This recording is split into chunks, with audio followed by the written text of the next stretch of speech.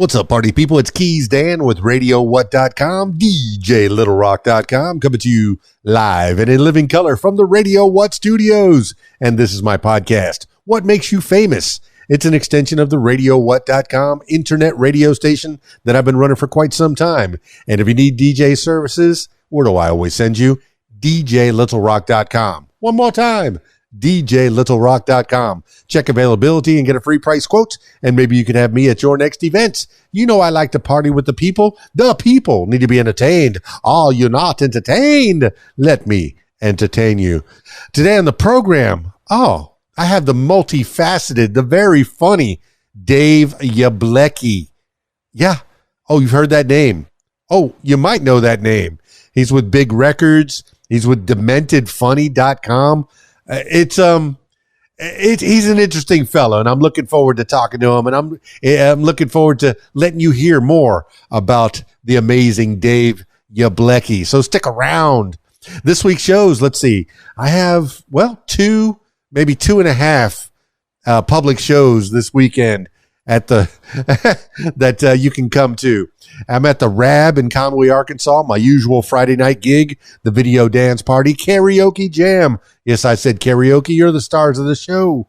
Come on out to the Rab from 8 p.m. until 12:30 in the a.m. They got a full bar. The kitchen's open, pool tables. They got a pool tournament on Friday night. So if you want to try your hand at playing pool and possibly make some money while you're doing it, come on out to the Rab, Conway, Arkansas. Yeah, come on. And then on Saturday, I'm at the Choctaw VFW in Choctaw, Arkansas. Yeah. So come on out there from 8 p.m. until 12:30 in the AM.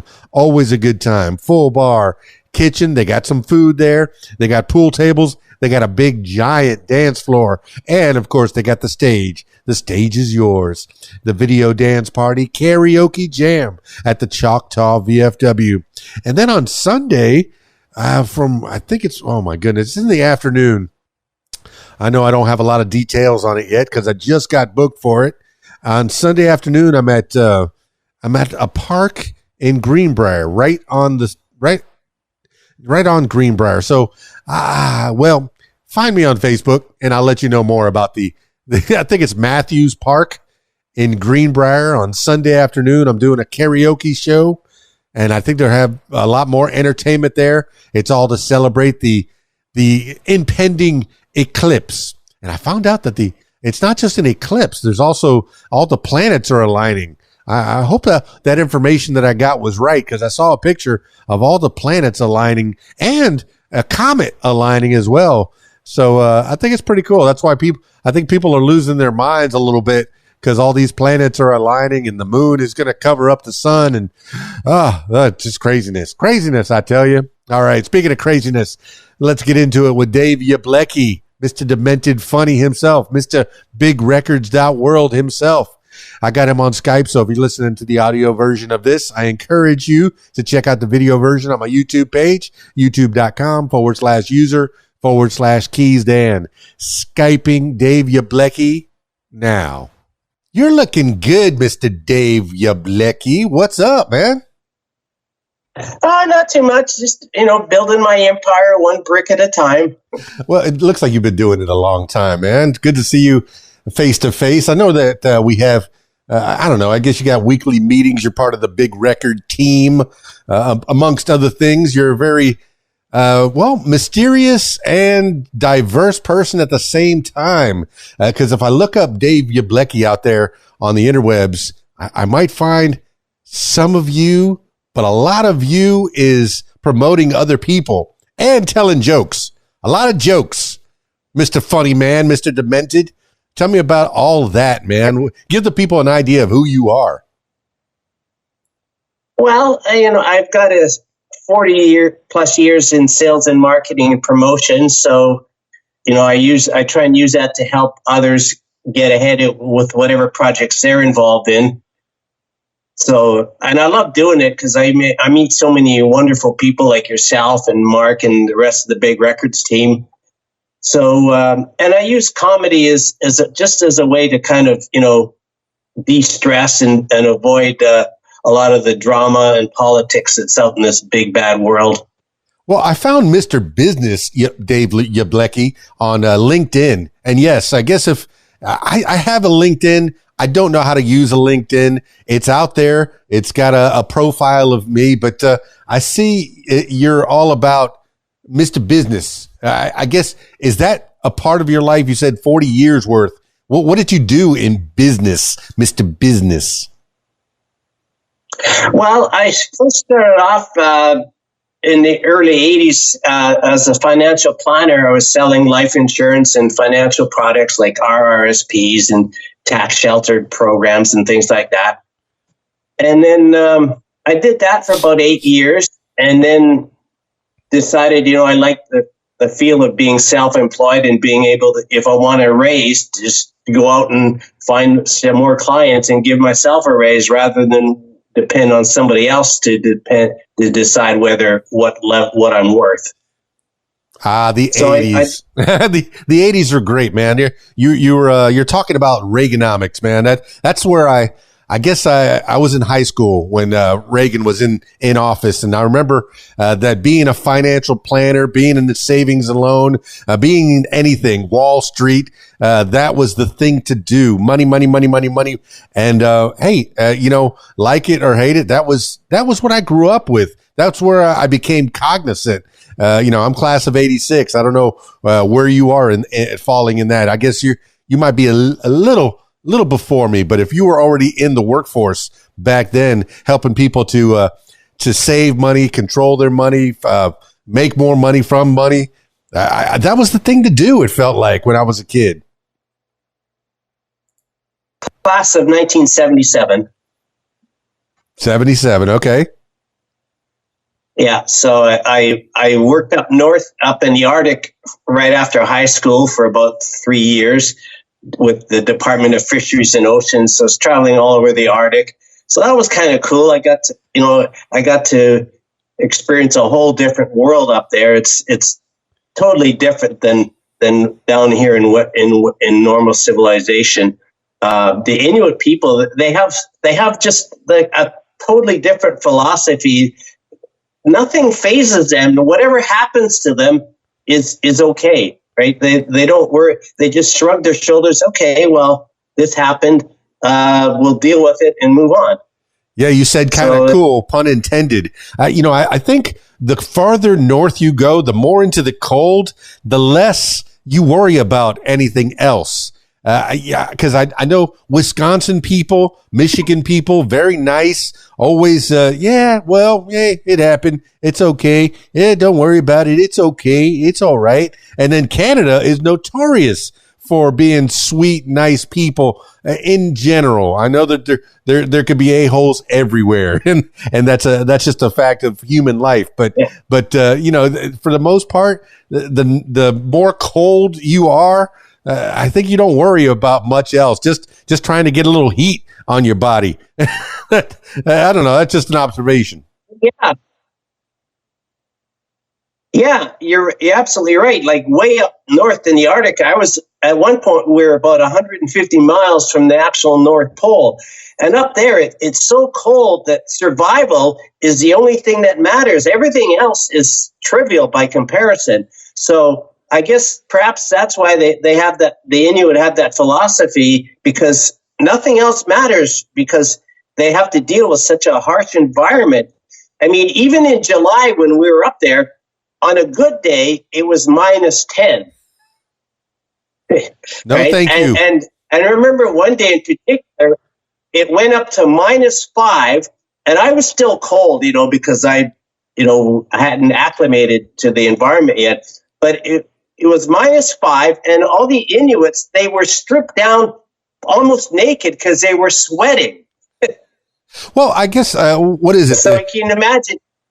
The cold is the Arctic. What is it? It's a desert. It's considered a desert because of lack of moisture, or what is it that makes the cold a desert?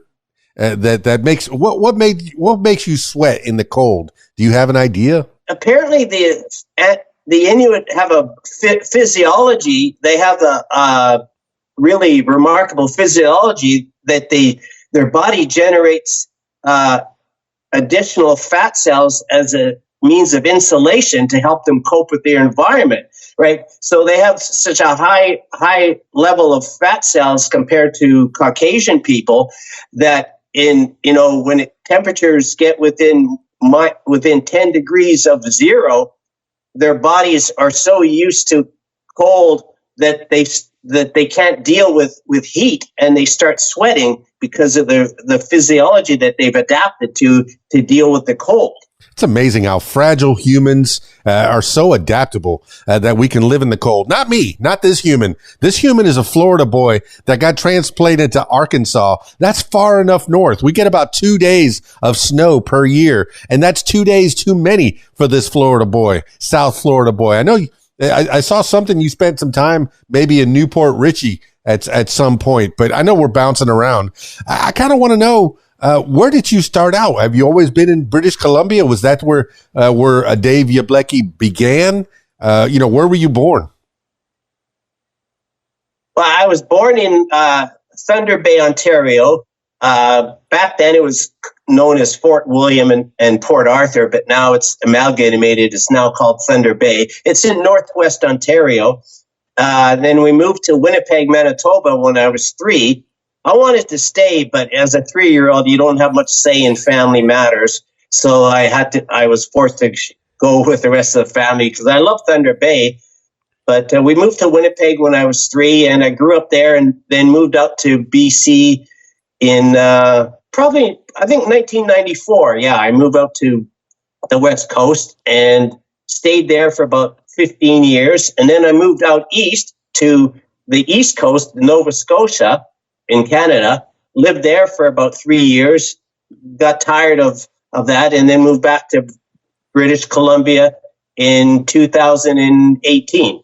Well, I appreciate the geography because, for a person like me, I don't know a lot of where it's different places. I've heard of all of those towns you've been in, and I'm guessing you went from small towns to big towns because I've heard of Nova Scotia. I've heard of British Columbia. I've heard of Victoria. I've heard of those. Those must be the bigger towns. But were you born in a smaller town? And I guess at 3 years old, you don't have much of a say. You were probably complaining, hey, the Binkies are much better in this town. I don't want to go to the big town. But no, it's hard. It's hard to go against people when you're only 3 years old. I'm this many.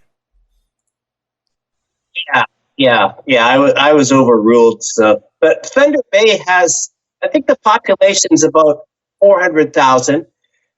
So it's considered a medium-sized town, I guess. And Winnipeg is bigger. Winnipeg has, at the time, Winnipeg had about 750,000 people, like 750,000. Now I think it's around 1 million. So it's a decent sized city. And then I moved out to the West Coast to Victoria, which has about 500,000 people. And then in Nova Scotia, I lived in Dartmouth, Halifax, which has, I guess, about 500,000 people. And then now I'm back here in Victoria, which has 500,000 people. Hey, that's a lot of people to be huddled together in the cold, in the snow. Anything more than 20,000 feels like a lot of people to be up. Well, for me, for this ignorant American, United States person, that thinks that it's always snowing in Canada. It's always cold up there. -10. I figured it was always -10 up there in that area. So, I guess my ignorance, is there summer? What are you experiencing right now in the springtime in Canada? Well, here in British Columbia, in Victoria, we don't get hardly any snow. It rains most of the winter. So the precipitation is, because it's always above zero, it's usually anywhere from about 5 to 15 degrees Celsius here in the winter, which is about, 10 Celsius is 50 Fahrenheit. So it's usually between 40 and 50 Fahrenheit here in the winter. So we get a lot of rain, but hardly any snow. But the rest of Canada gets snow. So we're kind of like the tropics of Canada. Well, that's the weather portion of the show with Dave Yablecki. All right, well, let's get on. Let's move on to what's going on with Dave Yablecki. I guess you got out of the financial planning. You became self-employed. Did you do financial planning not working for someone else? Did you play the stocks, or what kind of things did you do when you got out of the 80s, I guess, and got into the Dave Yablecki on your own thing? Well, what kind of work are you doing?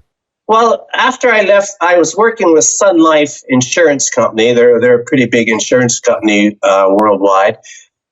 So I was considered self-employed, but they were the company that I promoted and sold their financial products. After I left Sun Life, I think that was when probably in the late 80s, 88, 89, I did some sales and marketing as a consultant. I worked as a marketing consultant for a few different companies, traveled all over the world. I went to Japan for 3 weeks with one company. I was down in California for 6 months doing some on the road sales for another marketing company in the early and mid 90s. And that was a lot of fun. I got to travel and see a lot of places. Like Japan was really amazing. I imagine so. I mean, where did you go to school for any of this? Did you? What kind of schooling do you need to become? A Dave Yablecki, I guess. Well, I finished high school and then I went to university and got my Bachelor of Science in biology. But at that time, that was in the late 70s and early 80s. When I graduated, I found out that there wasn't really much of a future in scientific research because it was all government-funded research programs. And so when the funding stopped, you were basically unemployed for a year until the next budget came down from the government. And if there was money in that budget, in the next budget, then they would call you back. But if not, you'd have to wait for another year. Like the top research scientists, scientists that had PhDs from Oxford University, they were often unemployed because there was no funding to continue their research. There was one lady; she was a professor of zoology. She had written countless numbers of books on marine mammals. Mm-hmm. And because her program, there was no funding, she ended up working in a warehouse administrative job. So when you see someone at that level who's working at something that somebody with grade 6 education could work at, I thought to myself, Dave, there's no security, there's no future in this. You should look at doing something else. So that's when I got into sales and marketing. Well, that was kind of a joke when I was in high school and in the 80s was people that were getting college educations were still working at McDonald's, still working fast food and still not able to get jobs because we're at the mercy of other people. And a lot of times it was the government. I guess, I know that there's a kind of a two-party system, and I don't know how political I am. I'm not very, but I always thought, Republicans are small government, all about helping the businesses, and the Democrats were big government, all about helping the people.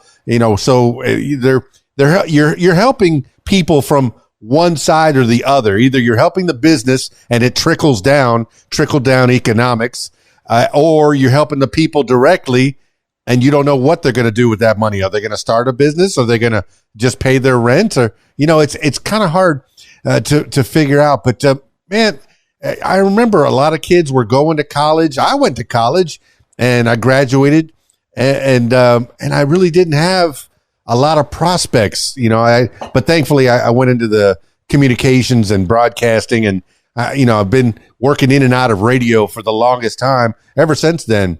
So it's at least I went into the right field. I tried psychology for a little bit, but you went to biology. Did you ever use any of that?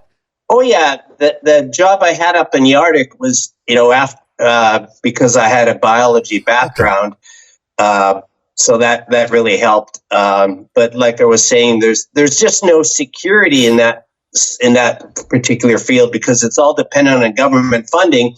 And one government is, likes to fund research projects. The next government comes in, their focus is on providing funding for something totally different. So they slash funding. So all of a sudden you're out of work for a year hoping that the next budget will have funding. I can't live like that. Yeah, it is hard to be dependent on other people, but it's also hard being a hustler, going out and trying to get jobs on your own. It's nice to have an agent, a person, a boss, I guess, that's getting those jobs for you, or gives you a task to do and then pays you a certain amount of money. Maybe it's not as much money as you want it to be, but a lot of people live simply and make it work. But you said you were too big for all that. You wanted to get out of underneath someone else's shadow and go be a hustler. So when you got out of Sun Life, when you got out of the corporate world and became independent Dave Yablecki, what did you end up doing? You were, I guess this is the late 80s, early 90s. What kind of work are you doing then?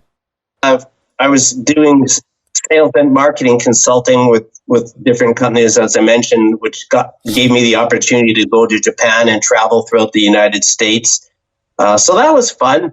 And then I thought, my next sort of evolution was, okay, I want a job where I can work from home, because so I learned how to design websites and do graphic design like flyers and posters and websites. So I developed that skill, which allowed me to work from home and, pick and choose my clients without any real overhead, because I didn't have to commute to work or travel and worry about hotels and meals.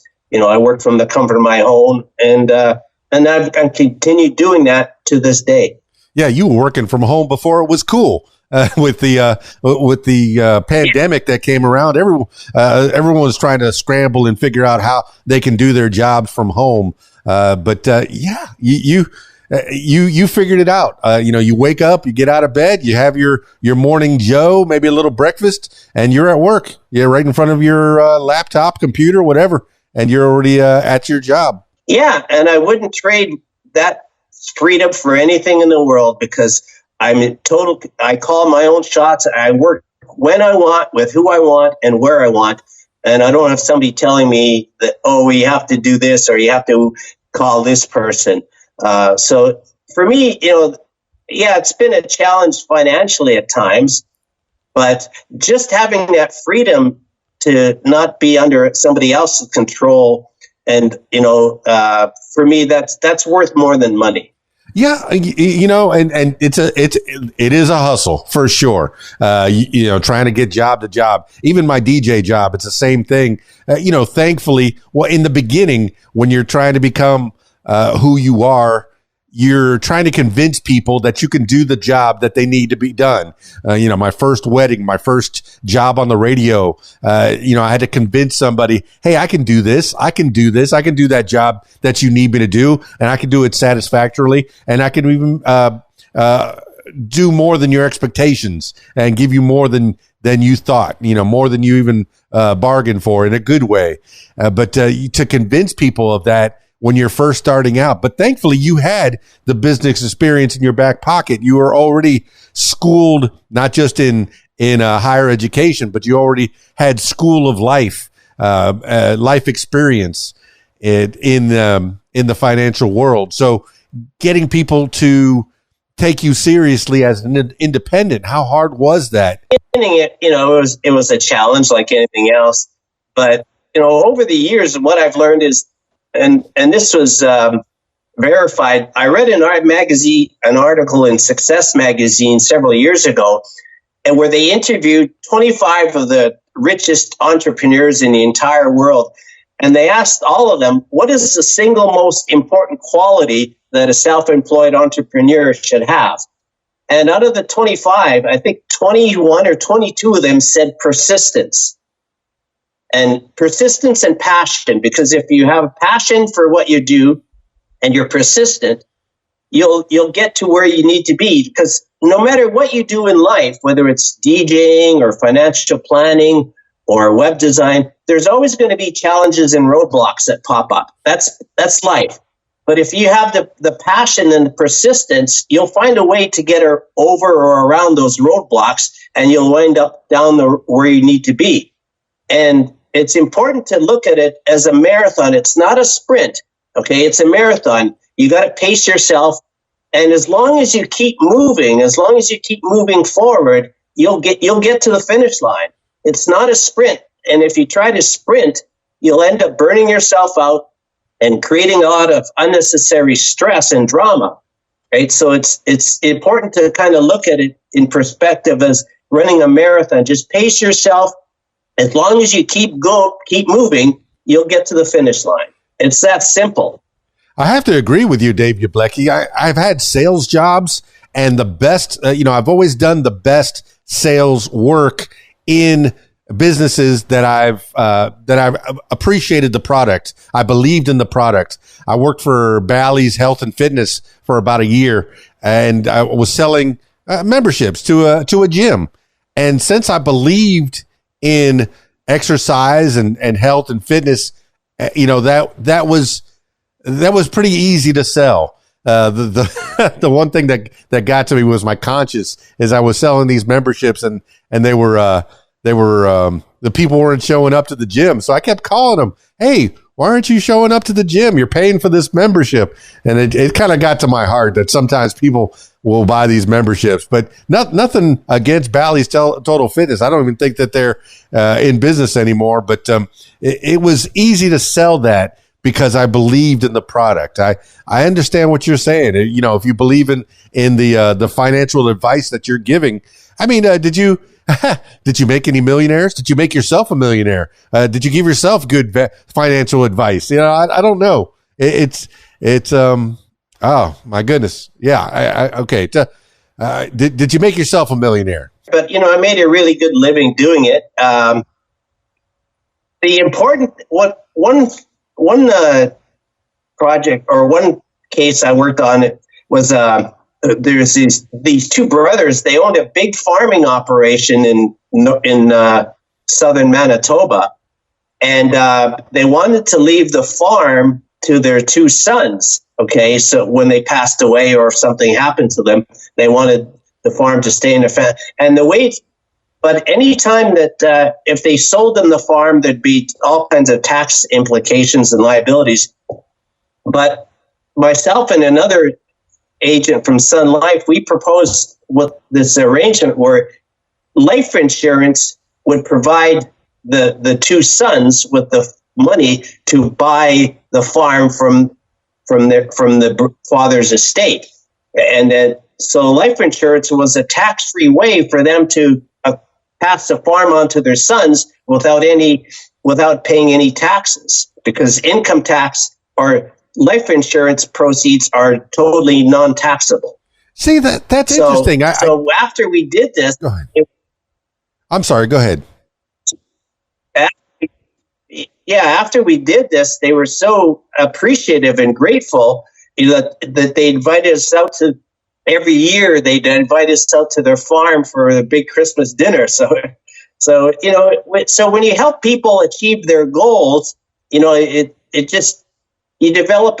It's more than just having a client. You develop a relationship, a friendship with them, because you've helped them solidify what's important to them, whether it's, providing money for their kids' education or passing the family business on and having the means for the people that take over the business to buy out the other partners.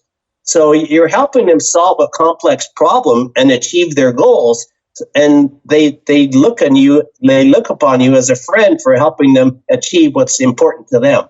See, it's nice to make long-lasting relationships. I've had in business, it's nice when you work with people that you appreciate. You want to work with them again and again and again. And you did a wonderful thing. Generational wealth. I thought that, as soon as someone passed and they willed their estate to the next generation, it was automatic. So you're telling me that in this case, at least, the father was trying to will his estate to the sons, and that wouldn't be automatic. They had to actually put some money forth and buy the estate from their dad. That's interesting. In this particular case, there were other children that the two fathers wanted to leave something to as well. So the two sons that wanted to take over the farm, that they got the life insurance proceeds when the two fathers passed away. And with the life insurance proceeds, they were able to give their siblings, they were able to divide the life insurance proceeds among the other siblings. So all the children got taken care of, and life insurance allowed that to happen. Well, that's what we want for our kids, is to give them more than we had, give them a leg up. And that's, every generation should be better than the last generation. And for the most part, I think that happens. And with people like you, thank you so much for helping to make sure that your money doesn't get flushed down the toilet, metaphorically speaking. You're the type of people that take that money and make it work for the next generation. I'm talking to my wife. Every year we get this tax refund, and we don't know what to do with it. So we put it aside in the bank. And I wonder, hey, should we be talking to a Dave Yablecki? Or are you even in that job anymore? Are you still doing financial advising to this day? No. To do financial planning, it requires you to get certified, and I don't have my certification anymore. So for me to present myself as a certified financial planner would be illegal. Okay, well, next phase of life, Dave Yablecki, you gave up the financial planning. Yeah. When was that? And what did you end up starting to do after that? Well, I left Sun Life in, I think it was 1989. And then I was doing this sales and marketing consulting, traveling to Japan and a few other countries. Tell me about Japan. I want to know about Japan. The Eastern. Pardon? I want to know about Japan. I know that you've mentioned Japan several times, and I'm kind of interested in that place. It's so foreign and exotic to me. I want to know about Japan. I'm sorry I cut you off. Yeah, no, Japan was like, I was so impressed because we were staying at this hotel in downtown Tokyo, and I remember, with the time difference between where I was in Canada at the time on the West Coast and flying over to Japan, my body needed a couple of days to adjust to the time difference. So I woke up we arrived in Tokyo, I think around sometime in the middle of the afternoon, and then went straight to the hotel and went straight to bed because we were so tired because, it was a 14-hour flight, and then with layovers in airports and that, it was basically we were on, in transit for 24 hours, and I was totally exhausted. So we got to the hotel and I went straight to bed. I think it was about 7:00 in the evening, Tokyo time. And I woke up about 3 a.m. and couldn't sleep anymore because my body was still adjusting to the time differences. So I decided I was going to go for a walk and, just kind of look around because we're in a really nice part of downtown Tokyo. So I felt it was safe to do so. So I went outside and walked up and down a few streets, and I walked through this alley. And what struck me was, like here in Canada, and I'm sure in the States, if you go down certain alleys, there's trash and garbage on the road, on the street. But in Tokyo, they have street cleaning teams that from 3 a.m. till 7 a.m., these teams of people go out and they pick up every little bit of litter. So the alleys were immaculate. There wasn't a single piece of paper or trash anywhere in the alleyways. Like the streets were spotless. And I'd never seen that before. And I thought, wow, that was a really impressive to go down alleys and not see, not even a gum wrapper. Like there was absolutely nothing on the streets. That they were totally spotless. Yeah, there's something to be said about Japanese people. Okay, I'm sorry. they pride themselves on cleanliness and hygiene, so for them, that's very important to maintain that standard.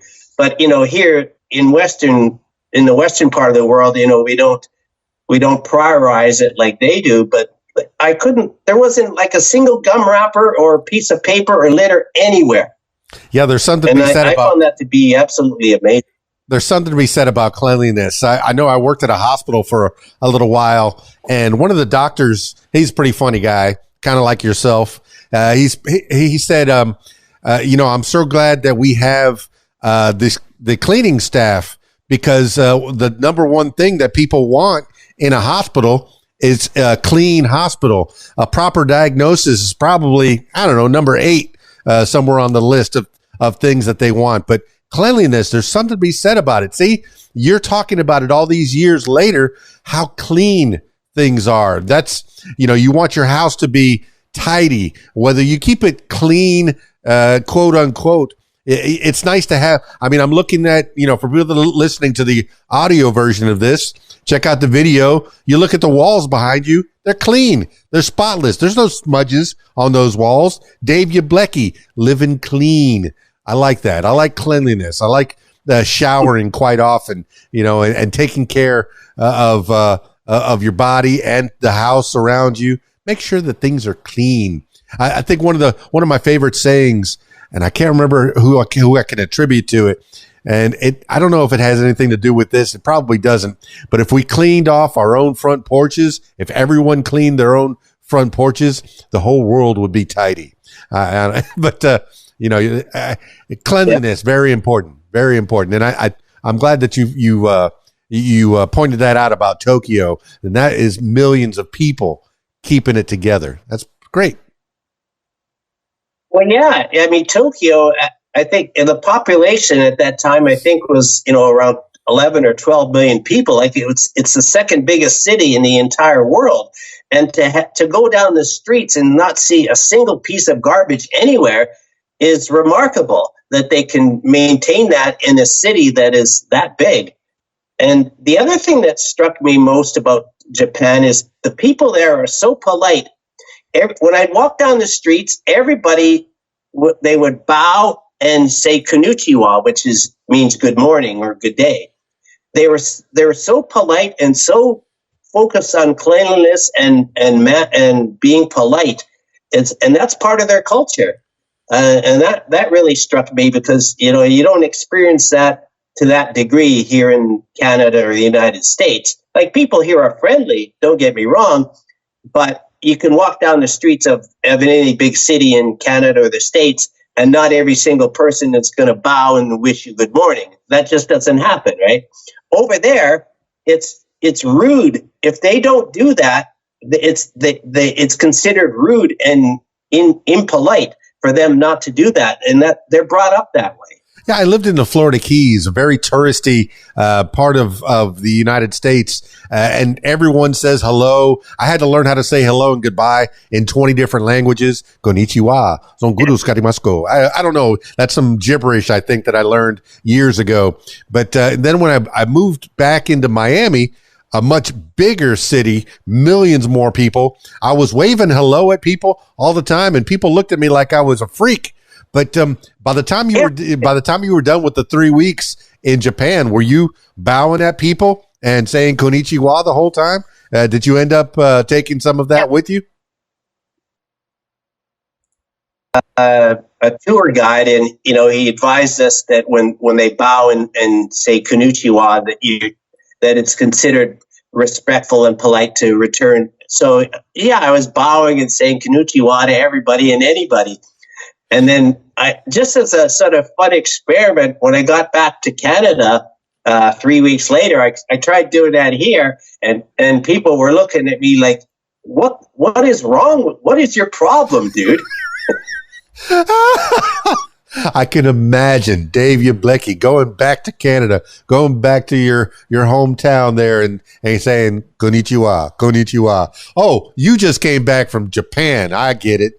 I guess, that culture rubbed off on you a little bit and you wanted to bring it home. You thought it was a good part of the culture. Could you imagine New York City or any of the big towns, cities in Canada, being as clean as Tokyo, having that kind of a cleanup team? Oh my goodness. No, that's just not going to happen because, over here in Western society, our priorities and focus is on other things.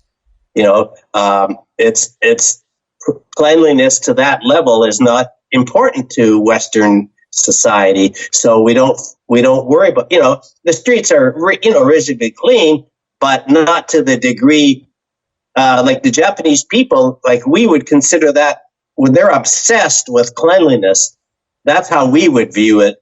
They've got OCD, right? They're obsessed with, everything has to be picture perfect with them. But for them, that when they come over to the United States or Canada and they see this condition our streets are in, they shake their heads in disgust because, they go, how can you live in such filth? So it's just a matter of perspective, really. Mm. All right. Well, you're back from Canada, back from Japan, back into Canada. I did see something about Florida. Did you work for a company that was based out of Newport Richey, Florida, or was that something that was totally off left field?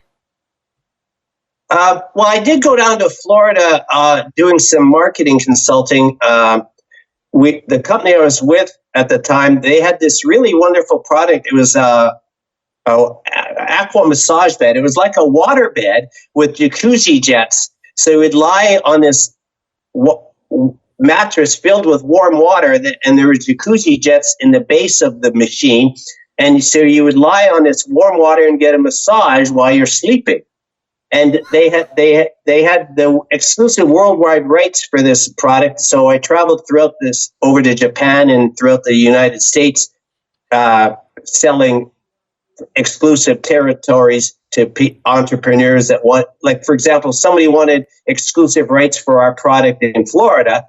They could secure exclusive rights for Florida, but they'd have to purchase 10 beds to initially secure that territory, and they'd have a yearly quota that they had to maintain to keep their exclusivity as a distributor. So that's what I was doing when I was doing all the traveling to Japan and throughout the U.S. Man, I had a waterbed when I was a teenager, and I don't think I didn't want to get out of bed anyway because I was a teenager. But if I had some jets and massage, forget about it. I'd still be in that bed. I'd be in that bed giving you this interview right now. But that's fantastic. Did you ever have one of those beds? I had one in my apartment, which I used as a demonstrating model. But it was wonderful. And I remember, I think we were in California, and we were at this health and wellness trade show in San Francisco, and we had a booth, with one of our hydro massage beds, and we'd let people lie on it and experience it for 3 minutes at a time. And we had this one lady, she laid on it and for 3 minutes, and then after they got off it, we'd ask them to give a little testimony about it, and she kind of goes, well, I don't know if I should say this. I go, no, please feel free. We love to hear what you think of it. She goes, well, it was so good. I think I was almost going to have an orgasm.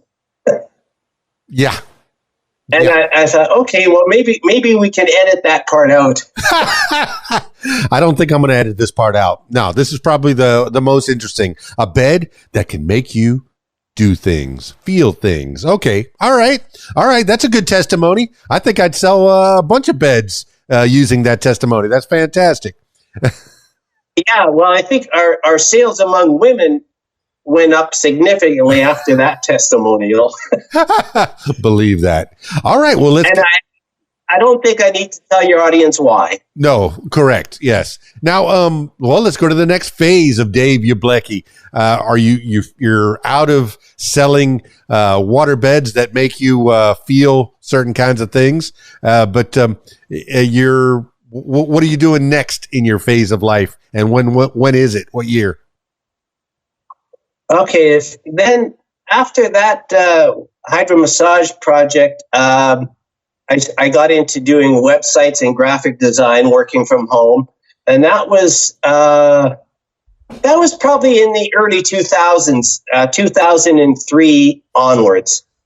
Oh, my first web pages back in 99, 2000. It was made with Front Page, and they were terrible in comparison. There were GIFs everywhere, just dancing babies, disco balls flashing around. I hope that you did better than I did on my first websites for KeysDAN.com. What were you using? What kind of tools were you using to build websites? Or was it all HTML? Did you know HTML or PHP or anything? Well, at the time, the program I used was called it started with, I think it was Publisher. It was a software program that I used, and then I did that for a while, and then I one day I got an ad email from GoDaddy, and I looked into GoDaddy, and I signed up, created a GoDaddy account, because they have their own web building program, which is a template based program. Yeah. So I didn't have to learn HTML. It's just, drag and drop template program. And I've had that GoDaddy account since 2005. So that's 19, almost 20 years now. Yeah. GoDaddy's got all my money as well, but I don't use their template. I need to start doing that. I've been using Dreamweaver. And so that's been working out pretty well for me. My wife keeps saying that I have to update the website. And she gave me a template. She actually looked up a template for me. It's nice to have a team. She looked up something, and I put it on there temporarily, but then I had to go back because I don't know, radiowhat.com has a certain kind of thing, but you're building websites for what types of people? Who are you building websites for? Everybody. Like, my first clients were small business people, like plumbers, electricians, carpenters, people that had small businesses that didn't have the time or expertise in designing a website. So they were probably 90% of my clientele were tradespeople like that. And then I started branching off, doing more advanced websites for musicians and artists. And actually, that's how I met Mark Rosner. I've known Mark Rosner for about 10 years now, so that would be back in 2013. One of the people I was designing a website for was a young lady who was a singer, and she was one of Mark's first clients. So she introduced me to Mark Rosner, and we got to talking and found out we had a lot of similar goals and priorities in what we wanted to achieve in the business world. So I started working with him through this young lady who introduced me to him, and she subsequently became a lawyer and is no longer as a musician. So that's that brings me to present day. I've been working with Mark Rosner off and on for those 10 years. Back then he only had 3 clients. This young lady was one of them, and I was doing websites. And now with Big Records, his business has grown from having 3 clients to now we have, I think, close to 50. Yeah, I think that lady might have been smart getting out of this crazy business we call show and getting a real job as a lawyer. But no, you're talking about Mark Rosner and Big Records. I've kind of been tangentially related to them. I've been able to get in on some of the meetings. Very interesting. Mark's got a vision, and I know that you've been around with him for 10 years. You're helping him to achieve that vision. How have you helped to grow Big Records from 3 clients to, I think the roster at least has to be 30 or so? Yeah, well, the reason, Mark's business has grown steadily each and every year is because he's made smart, informed decisions along the way. But more importantly, he's aligned himself with the right people who share that vision, because no matter how talented or gifted you are, you can't do it all yourself, right? You need a team of people that have the same goals and visions. And Mark has brought people like myself and you and Tim Steinrich and the Jets ladies and everybody else that's part of the Big Records team.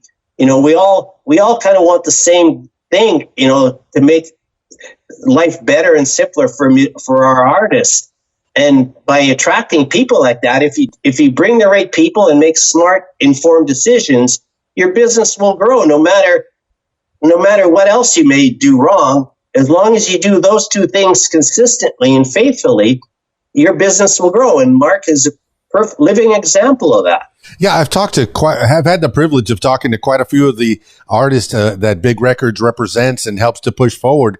And I think the through line is that we cannot do it all by ourselves. We can get to a certain level and we can be SoundCloud DJs and maybe put up a demo video up on YouTube, but without the help and support of other people, Big Records being one of those people, Big Records, I guess, primarily is helping to push forward, the clients and social media and helping to branch out in other ways. I guess Mark has developed over his years a clientele, with venues and different performers and different artists that might need an opening act or something like that. And he's also got the idea to put shows together.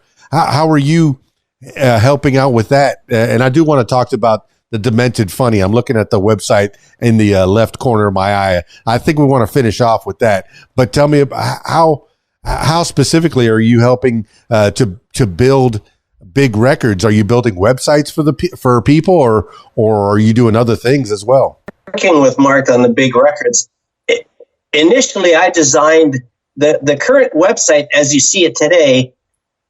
Roughly 80% of that was I designed, and then I think about maybe a year and a half ago, Jason Statlander and his team took over website management for me. So I got the website to about 80% of what it is today, and then Jason does a really wonderful job as taking over. So now what I do currently with Big Records is I handle a lot of the administration and clerical things like invoicing and bookkeeping and administrative tasks. But I also handle Sony Orchard digital distribution for artists.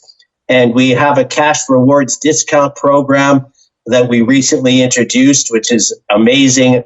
So I'm sort of in charge of that. And I help out with sales and marketing, bringing new artists into the fold. Because, our inventory is artists. And any company, no matter what you're doing, if you don't keep keeping your inventory levels up, your business will fail. So our inventory is artists. Well, one of the things that I've found about Big Records that, and I haven't been involved very long, is that you really seem to care. Some people, they sign on the dotted line and then their agents, their management never see them again, or they really don't have that hands-on touch. And from what I can see, Big Records, if they need a helping hand, if an artist comes up and says, "Hey, I need some help with this," or I got a problem with that, I think you and Mark there, you and I guess Tim, some of the management team, part of the team, you have no problem lending a helping hand, giving advice, and you have the experience that makes that advice, that makes it something that's worth getting. Because of you with the management experience and Tim with his life experience and being in the bands and such, and Mark as well. Just, you all have such experience. You have life experience and school experience as well, that it makes your information that much more important and that much more, it holds that much more weight. And I appreciate being involved in it, in the Big Records family. It's pretty cool. It's pretty cool. Now, grateful and honored to have you with us, Dan. And, I think Mark's number one philosophy is he views all of us, like myself, you, all of our artists, as family, right? And we care. We're not just, we just don't view them as clients, to come and go clients. We like to think of them as part of a community, our family, and we try and help them. We try and let them know that they're part of a family, of a community that cares. We're not just here to help you, to take your money and put you on the charts. If you call, if you're having a bad day because, the world is shit on you, pardon my language, and you need somebody just to vent with or talk or a shoulder to lean on, we're there for you. So we pride ourselves in having more than just a client relationship with our people. It is, and I can feel that. I can feel that from the inside, and I hope that people feel that from the outside. So if any new artist or any artists that have gotten to a certain level and want to get to that next level, I think Big Records might be a good option to get you to that next level. How do people get a hold of you at Big Records, and who should they talk to first? If say I'm a solo guitarist or a flutist, and I want to get to that next level, or meet some other musicians and maybe put a band together. Is that something that you could help out with? Because you do have an extensive roster of clientele of musicians. Yeah, anybody that wants to learn more about Big Records and how we can help them in so many different ways, they can contact me directly by email or on Facebook. My email address is dave@bigrecords.world. Or they can contact Mark directly, mark@bigrecords.world, or Tim.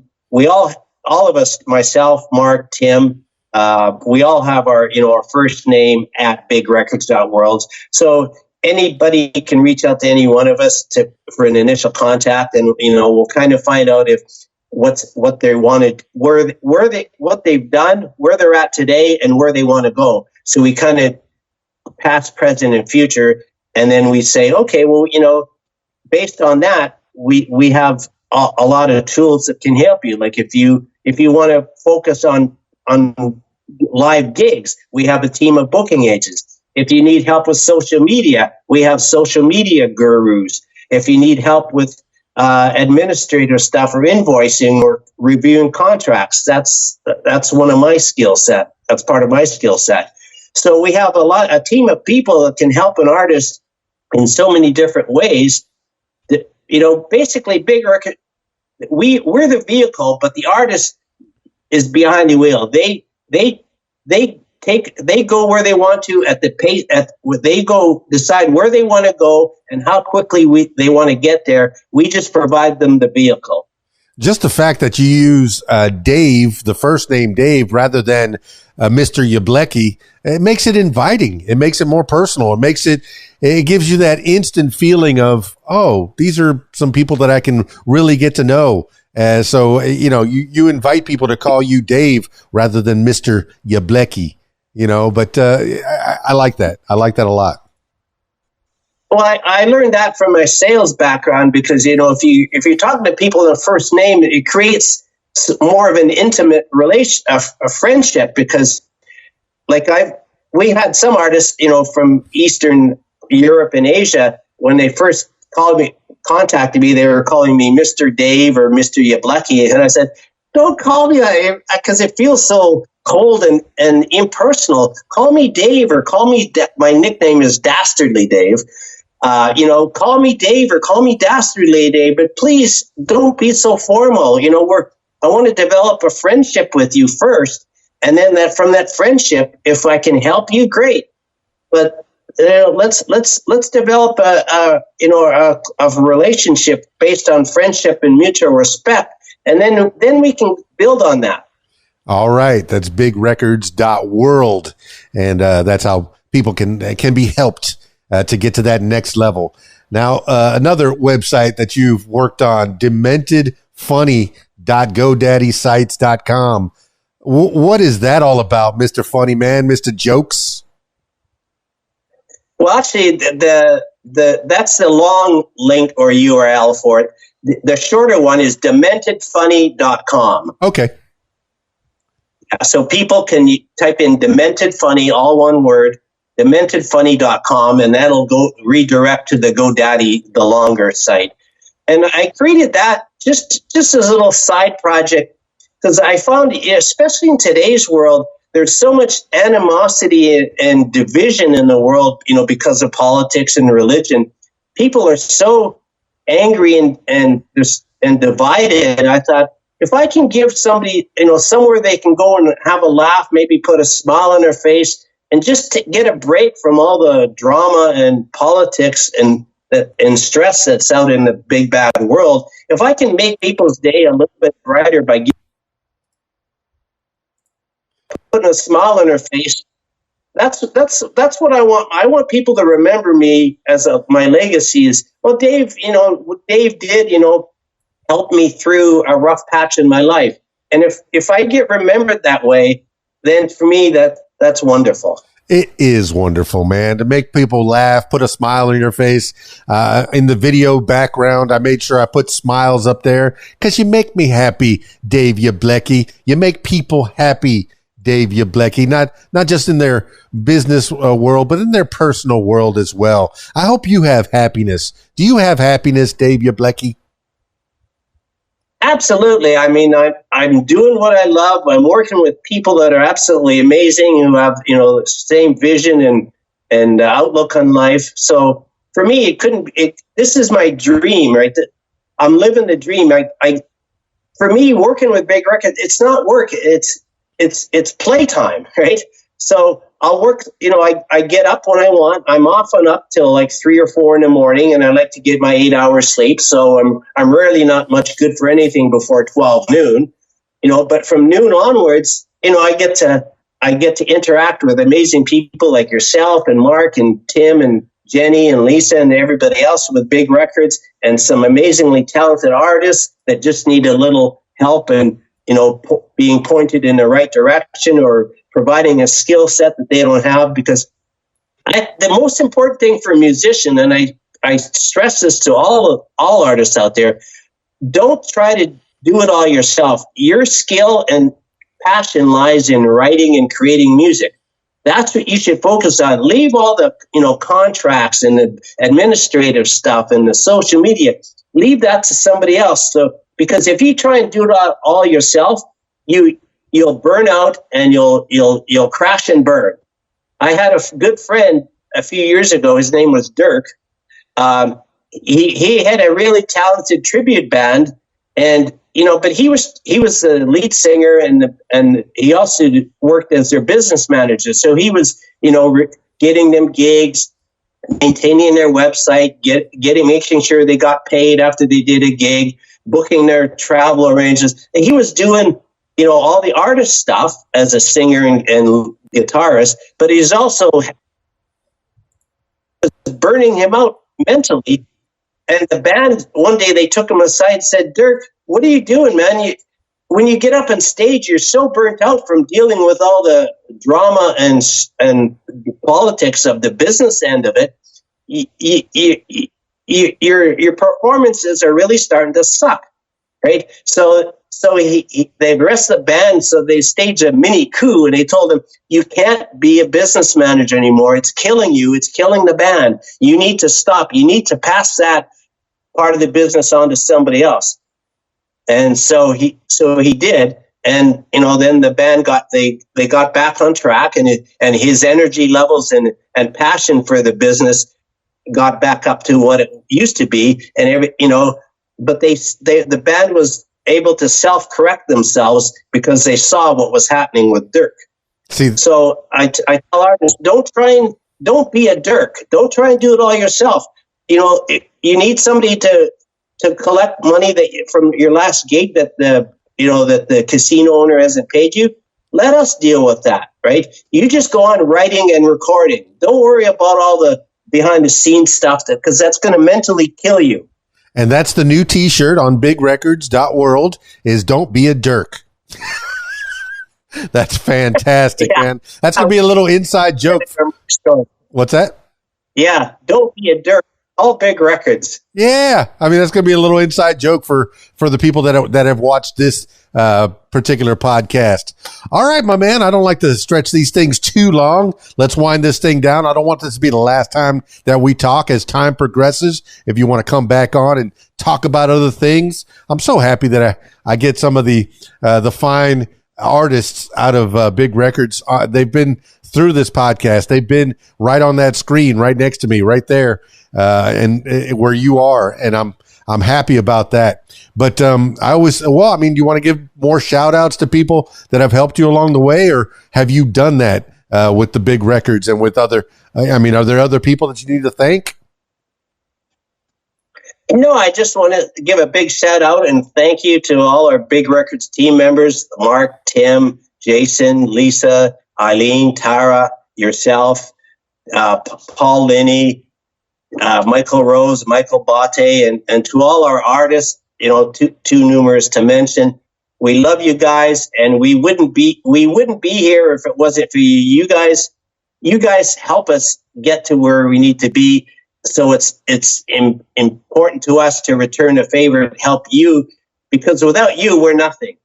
And you guys need to hear that without our artists and the team we have, Big Records would be non-existent. So a big shout out to everybody that's helped us get to this point.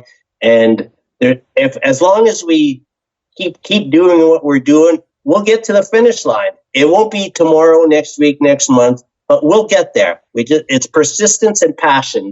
Those two. If you have those two qualities, your victory is guaranteed. I always finish these things off with last words for the people. This could be words to live by, something you heard a long time ago, maybe a mantra that you wake up with every morning, or whatever pops into your head at this moment in time. Dave Yablecki, give the last words for the people. Well, I think what I learned from being over in Japan is I talked to our interpreter over there, and he said he looks at life as like the ocean, like the tide. The tide comes in and it brings stuff in with it, and then it goes out and takes stuff away. You can't change the tide. It's going to bring in stuff that you don't want, but then it's also going to wash that stuff away. Conversely, it's going to bring in good stuff that you can. Oh, I like that. When it brings in stuff you want, you pick it up, collect it, and hang on to it, and then you let the tide wash away the stuff that you don't want.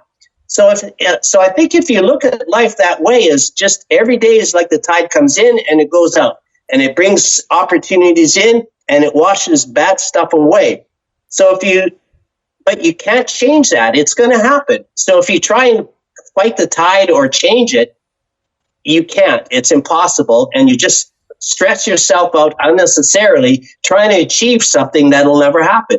So you just got to go with the flow. Let the tide do its thing. It'll bring stuff in and it'll wash away stuff you don't want.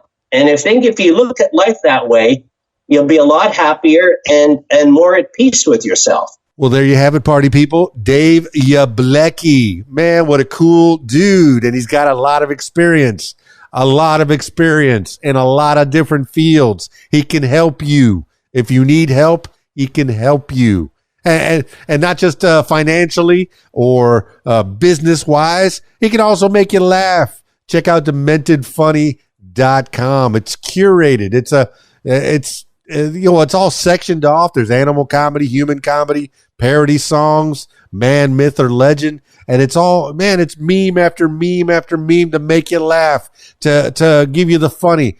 I know that a lot of people like to share memes on their social media, so that way they don't have to see all the hardships that the human race is affected by. And he's got so many memes that are curated right there on DementedFunny.com. So you can find Dave Yablecki's work right there, DementedFunny.com.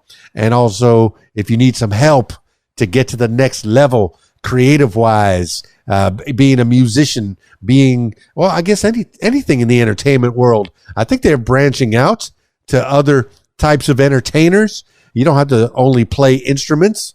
They'll probably handle a comedian or a wrestler. I know they got a lot of different artists on that front page, man. There's a lot. And there's one guy, looks like a luchador. He's got a mask on, Dexoflex. He looks pretty interesting. I don't think he's playing guitar. He's probably going to wrestle you in the ring. But I don't know. Let me click the link because I'm kind of interested. What does Dexoflex do? International group of musicians. How about that? He is a musician. Don't judge a book by its cover. Bigrecords.world. Check that out. Thank you, Dave Yablecki, for being on the podcast and giving me a little idea of where you came from and where you are and where you're heading. That's it for this edition of What Makes You Famous. Now, if you, yes, you, my loyal listener, if you'd like to tell your story, I'd like to give you can give me a call at 501-470-6386 or email keysdan@aol.com. That's it for me. It's KeysDAN, RadioWhat.com, DJLittleRock.com. Peace. I'm out of here.